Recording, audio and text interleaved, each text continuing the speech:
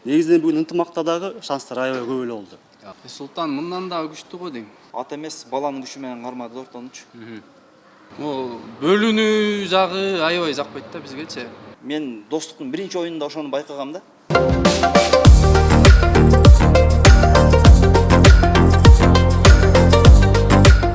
Так, бул талаадагы ток-шоу экинчи бөлүгү. Кече күнү биринчи бөлүгүн чыгарганбыз. Көпчүлүгүңөр комментарийде рахмат, жылуу кабыл алып. Экинчи бөлүгүндө тартып кетиңер. Мына Достук ынтымак командасы азыр эле ушер ызычуу болуп аткан, бүттү. Эмне болду, оюн кандай болду, бир сыйра бир талкуулап көрөлү. Мына ушу блогерлердин эксперттик көз карашы менен. Кана Талгат мырза, ушу Көкбөрү боюнча чоң сүйүүчүлөрдүн бири. Талгат мырза, айтыңыз, оюнга кандай баа бере аласыз? Сиз эсеп ушундай 1-0 болот деп күттүңүз беле? Негизинен алдын ала айтыш кыйын, бирок 1-2 упай болот деп ойлогом мен деле. Анткени эки команда тең күчтүү, деңгээл жагынан бирдей. Бирок Достук командасынын ушинтип 1-0 эсебинде утуп кеткени сизди таң калтырдыбы же күтүлгөн эле иш болдубу? Таң калтырган деле жок. Анткени бул былтыр дагы 9-майда Достук Кушерден жеңген 9-майда. Быйыл да ошо кайталанып калабы деген ойдо болчумун мен деле. Анын үстүнөн быйыл Достуктун даярдыгы жакшы болду. Машыгуусу, аттары табында экен. Токмок, аттары бүт мыкты экен. Достуктан негизи өзгөчө кайсы оюнчуну белгилейт элеңиз? Достуктан бүгүн таш салып кетти. Негизинен баары эле мыкты болду. Кыяз да жакшы аракет кылды, Султанчик, Манас Ниязов жакшы аракет кылды, бирок биринчи таймда Шторм менен ула калды, жакшы эле эңип аткан жагынан эңип атты. Бирок Шторм негедер казанга чыкпойду да артынан жеткирип койду. Каршылашты. Ошондон улак жара албай калды. Ошо экинчи тайм, үчүнчү таймда дагы Манас Шторм дагы токтоп калды деп өзү айтты бизге комментарийде. Анан Акбөрүнү менен чыкты, бирок андан деле тыңгылыктуу мындай Акбөрү менен бир жолу эң чыкты. Анан Акбөрү ошондо деген аут качып замен жакта тургандыктан аут качып тура алгандан Казанга жол албойду да. Бош жер ачык болчу. Эгер ошол ойдон түз бойдон кеткен да Казанга бармак экен да. Негизинен бүгүн ынтымакта дагы шанстар аябай көп эле болду. Эми ынтымак боюнча сиздики. Ынтымак кандай оюн көрсөттү? Кече сиз айтып аттыңыз эле, бир улак айырмачылык менен деп аттыңыз беле? Ошондой эле болду, бир улак айырмачылык. 1-0 чечүүчү эсеп болду. Бирок ынтымактын эмнесинен күткөнүңүздү, кайсы күткөнүңүздү баягы ишке ашыра албай калды? Кайсы жеринен жаңылды команда? Ынтымак жекеме-жекеден жаңылды. Жекеме-жекеде Ахиллес Геркулес алып атты, бирок Ахиллес кичине үстүндөгүлөр алдырып коятты биринчи таймда. Андан кийин Сейитбекмин деп Сейитбек алып чыгып атты, бирок эки команда мыкты эле болду. Бүгүн эмелердин оюну болду да. Коргоочулардынчы. Баягы экөөнүндө тең укмуш эмелери бар эмеспи? Чабуулчулар. Анан бүгүн коргоочулар, эки команданын коргоочуларын укмуш деңгээлдерин көрсөттү да. Тайгазанга баягы чамда эле келип атышты. Болбосо улак тийдиби, жекеме-жекеден сыртка чыктыбы, бирөө баары эле аутка айдатты. Анан көбүнчө баягы жекеме-жекеде болот да. Жекеме-жекеде мындай 50/50 болду да. Көбүнчө бүгүн коргоонунун оюну болуп, мисалы Астар кылды, бүгүн кечке таши кармап жүрдү. Андан кийин эле бир малда ташиге тийип калыптыр, улак таши салды, баягы күтпөгөндөрдөн болду. Күтүлбөгөн жерден салынып кетти да. Болбосо бул бармак го дейм да, бир топ бүлүттөргө чейин. Негизи коргоонуу жактан өтө мыкты болду бул эки команда. Асылбек байке, сиздин оюңуз кандай? Негизи эле жогоруда айтылгандарга кошуласызбы? Мен толук эле кошулам. Чындап эле бирок 60 минутта оюн болду. Бирок кандай десем,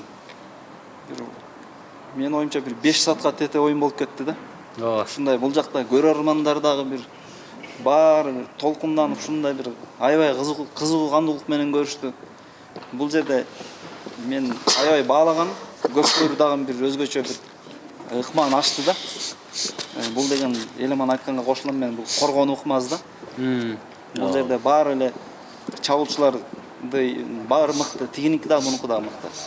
Бул жерде коргонуу аттардын, коргонуучу жигиттердин күрөшү болду көбүнчөчү. Анан дан кошумчалай кетчү нерсе, баардык оюндарда бир турнир башталганда бир командада бир негедир бир өзгөчө күжүрмөндүк болот да. Мен достуктун биринчи оюнунда ошону байкагам да. Анан ошондон улам тыянак чыгаргам, бул оңой менен бир өзгөчө эсеп болбойт, ашып кетсе 2-1 же 1-2 ушундай эле бир эсеп болот. эсеп болот деп мен өзү негизи тең эле бергем да прогноздучу. Ошондой эле болуп чыкты. Демей мындай персоналдуу оюнчуларга токтололчу. Мына ынтымак командасында Нуржан Мелисбек уулу негизинен буга чейин 2 ай мурун кандай оюн көрсөткөн. Бүгүн деле мисалы жакшы учурларды кой бербейди. Мындайча айтканда коргоочулар болду. Нуржандын оюнуна кандай баа бере аласыз? Нуржандын оюнуна жакшы баа бере алам. Жакшы баа берем. Негизи Нуржандын бардык жагынан азыр 100% кынтыксыз жетилген оюнчу да алчы. Болгон ушул оюнда биз көрүп калабыз, буну баары эле көрүп жүрөт. Негедир оюнчу мыкты ойноп келип эле, баягы эл оозуна катып алынган эле бир колу келбей эле, колу келсе дагы бир ыңгай келбей оюнга чыкса дагычы. Ушундай бир духовный бир басмырланып калат да оюнчучу. Анан бирок мен Нуржанды бир аябай бир одоно ошибка бузуп катачылык кетирди деп айта албайм. Негизичи. Эми бир оюн менен чектебеш керек да, бул. Ооба. Мындай жакшы эмес экен, бул результат бере албайт деген болбойт да. Талгат мырза, сиз кандай? Каракуш жакшы жүгүрбөй койду деген ойдосуз. Каракуш быйыл кичине табынан кетип калган сыйт. Баягы Норуздагы каракуш жок. Былтыр деген, былтыр эмес, Норузда казанын тегеренип келип айласын таап, эптеп бир жылчыктап салып кеткен болчу. Каракуш менен Нуржан. Бүгүн ал кайталанган жок да. Андан кийин аттың которду. 1-2 минут дагы бир барды. Бирок коргоочулардын күчү менен достук салдырган жок. Ынтымак командасынан Эмил мырза, кайсы оюнчулар бүгүн сизге мындай көзүңүзгө мындай купулуңузга толо оюн көрсөттү? Кайсы оюнчуну же болбосо башкача белгилейт элеңиз дегенде? Ынтымак командасынан бул эл оозуна алынып калган Анарбек уулу Сейитбек бүгүн жакшы аракеттерди жасап атты. Чабуулга жакшы эле Сейитбек аракет кылып, жекеме-жекеден да алып чыгып атты. Анан достуктун коргоочулары Норуздага караганда аябай күчтөнүптүр. Норуз түрүнө караганда достуктун бул беттеш достук үчүн аябай эле күчтүү даярданып болуптур да. Ошо достук командасынын коргоонусунун айынан Сейитбекти ынтымак командасынын көп эле оюнчулары жерге да иштеп, жекеме-жекеден да алып чыкканга аракет кылып, чабуулга дагы чыгып көп аракеттерди кылды, бирок коргонуу достуктуку жакшы болуптур да. Ошо Сейитбектин жанакы бир учуру менимче ошо атынан кетип калды, Тайгазанга жетпей токтоп калып, жана Тайгазанды өзү сүзүп токтоп калбады. Ошол Сейитбектин учурун сиз кандай көрө алдыңыз? Негизи 100% учур беле? 100% деп айта албайм, эми андай учурлар бүгүн болду окшойт 2-3 жолу. Бирок баягы аты эрте токтоп калды го. Аты эрте токтогондан салмагы менен бирок катуу сүзүлдү ошондо дагычы. Бирок ошого карап ойноду. Негизи бүгүн ынтымактан Сейитбек чаңталашты чынында аябай. Сейитбек тиягында дагы лидер болуп, бияка да чыгып, ортосуна дагы жетип атты, чабуулга дагы жерден дагы кыйнап атты. Ынтымактан ошо Сейитбектики баягы эгер бал койсо кичине көбүрөөк Сейитбектин коймокмун да. Сиздики? Ошондо деген Сейитбек жакшы эле барган болчу, бирок кырдаал оор эле болчу. Себеби өңөрбөй туруп салыш деле оор болчу да. Негизи улакчыларга салыш оор ошондо. Бүгүнкү улакта эмнегедир мындай ыңгайсыз улак болду окшойт да.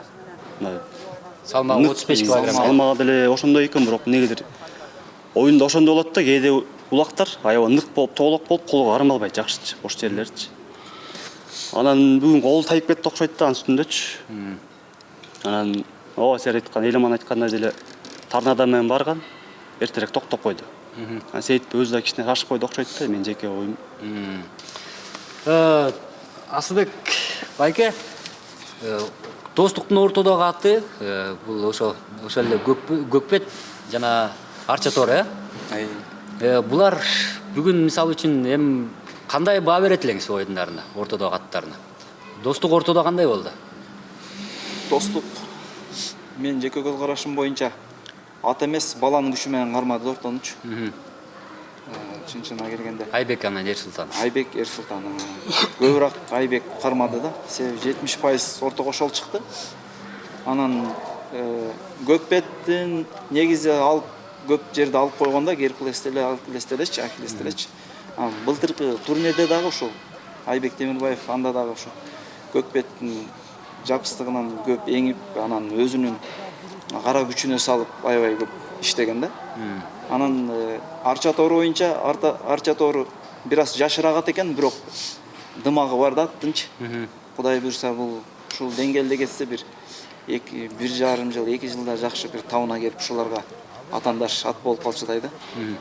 Ер Султан достукка келгенде мына бүгүн мынчалык айтканда дебюттук эл классикасыдан турабы? Ер Султан чынын айтканда мен мынчалык күткөн эмесмин. Чындап эле аябай жакшы оюн көрсөттү. Бул жагын белгилеш керек. Сиз кандай деп ойлойсуз? Же Ер Султан мындан да күчтүү? Султан мындан да күчтүү го дейм. Балким дагы башка ат минсе же дагы кичине мелдештерден кийин өзүн мындан да жакшы көрсөтө алат болуш керек. Бул Ер Султан ортодо деле чебер да негизи. Жок, бул өтө чоң деңгээлде ойлойм менчи. Себеби бир командага өтүп, бир тактикадан бир тактика, бир аттан бир атка өткөндө бир башка дүйнөгө эле келгендей болот. Бул жерде жан дүйнө да. Тияктан сырттан беркилган менен уже тияктагы атмосфера башка да. Ушул дем менен келип де мисалы мен жакшы эле ойноду деп ойлойм да. Кудай буйрса бул командага, тактикага, оюнчулар менен ичара келишип, уже жуурулушуп баштаганда ал дан эле жакшы оюн көрсөтөт. Мындан да өтө жогору оюн көрсөтөт деп ойлойм. Талат мырза, сиздин оюңуз Ер Султан боюнча? Ер Султан жакшы эле аракет кылды. Бирок улакта деген көкпөрдө негизги сат чечет да. Канча бир пайыз боюнча. Анан арча торуда бүгүн Ахиллес таба алган жок. Геркулес менен Ахиллес бүгүн табында экен, ортон берген жок. Болгону көк бет менен башында экинчи тайм башында алды окшойт. Мен эсте калышымча. Бирок арча тор ала алган жок. Ер Султан жакшы аракет кылып, улакта талашып, жулмалап, такымдан чыгарып Алдырып калды бирок комменттерде. жакшы аракет кылды бирок. Негизи арча торуда мисалы кечеги Сары Өзөн менен ойногондо деле Кразды деле биртөө эле алып койгон учурлар болду да. Бул жашат да. Негизи ынтымак командасынан өзүнөн деле тактап сурабасак жакшы болмок, бирок силер биле алдыңарбы эмне үчүн Ахиллести бир маалда Сейитбек минчүрдү? Үстүндөгү баласы ойното албай койду го дейм. Урмат Раушан бул менин оюмча. Биринчи таймда кичине жакшы эмет окшоштура албай койду окшойт, анан Сейитбек алып менде окшойт. Бул мурун деле ушундай болчу ба. Экспого барганда деле ушундай болгон. Бул Урмат анан Сейитбек алмашып менде берет да. Сейитбек универсал эмеспи? Ортого дагы, чабуулга да, защитада да. Ошо любой атты эмете берет, ал берет. Бирөөнүкү окшошпой баратса. Эмил мырза, кошумчаңыз барбы? Бүгүнкү оюн боюнча бир Бүгүнкү оюн тууралуу мындай шот болот деп күткөн эмесмин мен. Эсеп кетет бир 2-3, 2-4 ошондой жеңиш менен достук утат го деп ойлогом мен. достук утат дегенсиз. Достук утат го деп. Достуктун эң башкы эмеси бар да болбой элечи. Эмне себептен утту? Достук негизи ушул көл аймагына келгенде ушул Чолпон Ата ат майданында оюну жакшы жүрөт да негизи. Андан да башкасы бар. Анан оюнчулары дагы күчтөнүптүр мурункудан. Андан да башкасы бар. Кана Айтып көрчү. айтыңызчы. Бул Болбойбу? деген жаңы тренер, жаңы машыктыруучу. Достукта буга чейин машыктыруучу болгонбу, эмеспи билбейм мен. Бирок азыр жаңы машыктыруучу келген чүйдөн. Бөрүлү бар эмес беле? Бөрүлү азыркы четинди, убагындагы легендарлуу Бөрүлүнүн тренери, машыктыруучусу Каныбек Кубатов. Бир ай мурун келген. Бир ай мурун келип, кадимкидей Аккулада эмелерди жүргүзүп, тренировкалар башкача өз балдарды айткан да, башкача. Анан тактика жактан да күчтүү киши болчу. Өзү улак деле ойногон эмес, бирок тактик да. Тактик. Ушул киши дагы аркасында бар да, жеңиштин аркасында ушул кишинин көп пайызы бар да, менин оюмча, Каныбек Кубатовдун дагычы.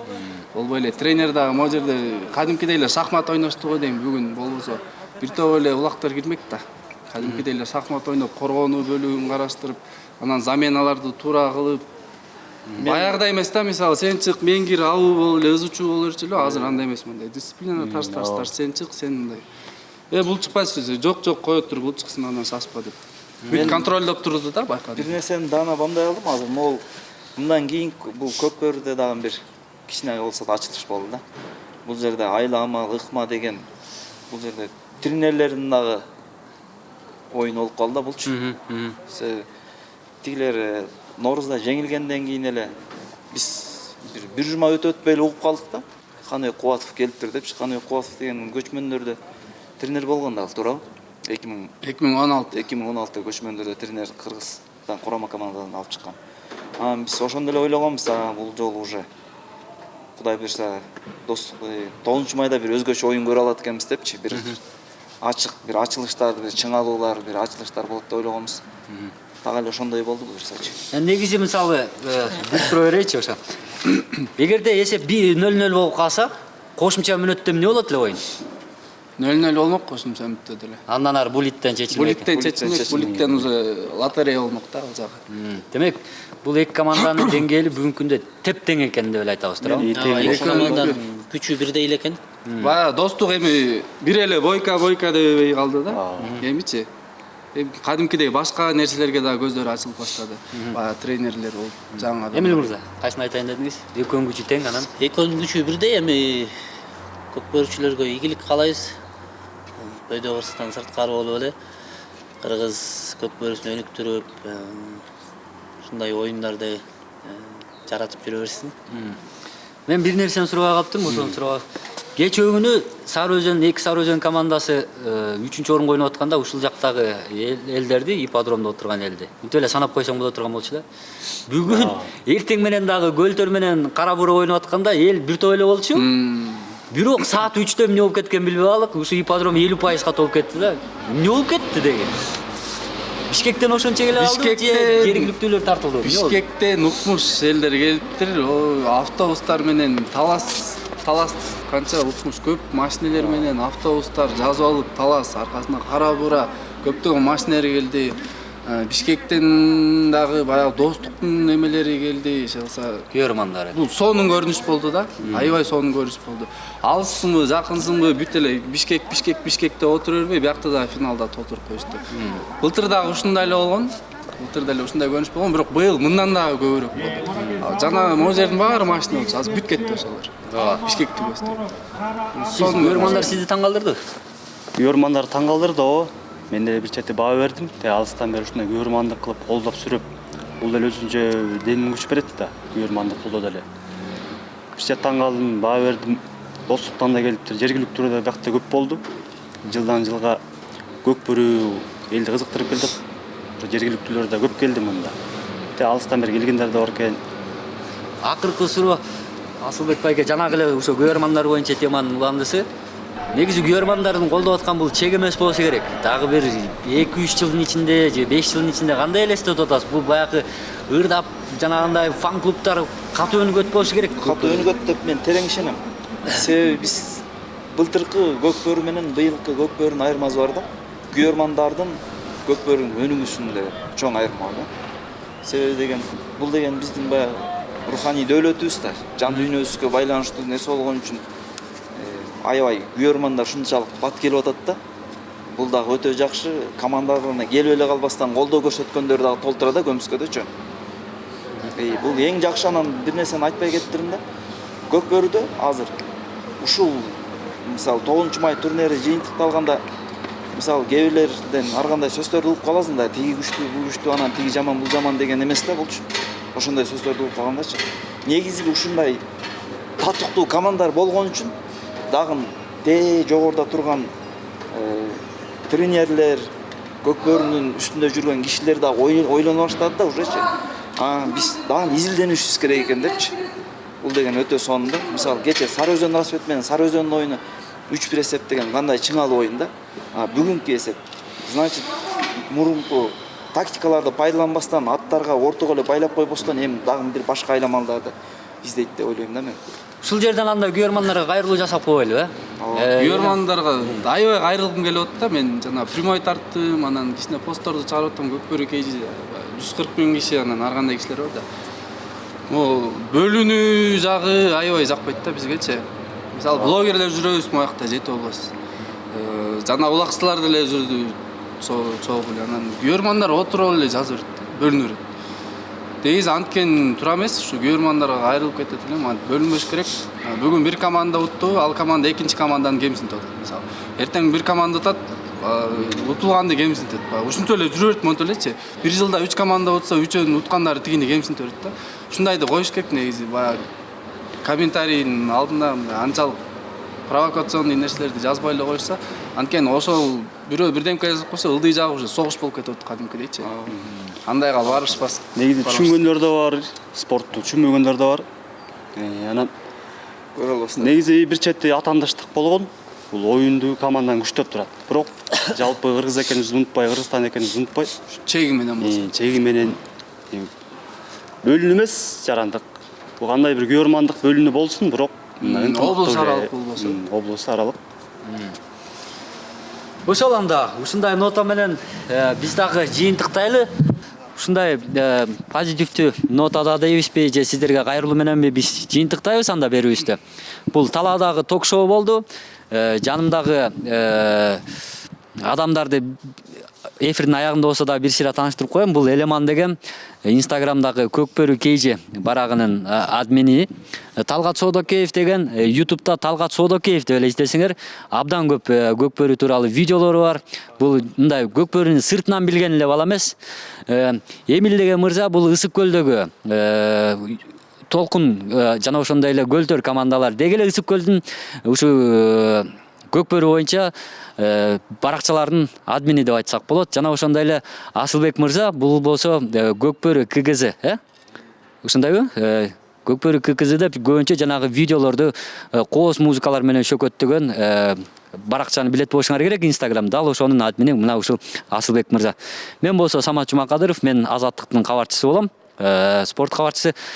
Дагы ушундай темалар болсо комментарийге сунуштап тургула. Балким биз дагы, кийинки сиз дагы комментарий жасап аткан окурман, сиз дагы ушул жерге отуруп эле талаадан дагы бир ток-шоу жасап калабыз.